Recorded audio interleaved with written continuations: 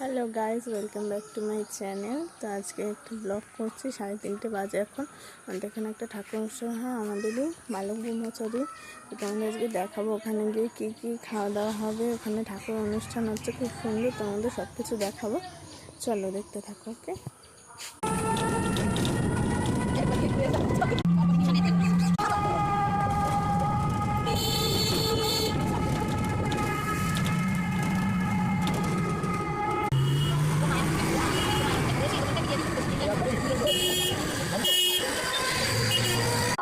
তো আমরা নীলাঞ্জনা লজে চলে এসেছি। এখানে অনুষ্ঠান হচ্ছে। এটা হচ্ছে একদম স্টেশনের পাশে আমাদের তাহিরপুরে নীলাঞ্জনা লজ। এখানে অনুষ্ঠান হচ্ছে।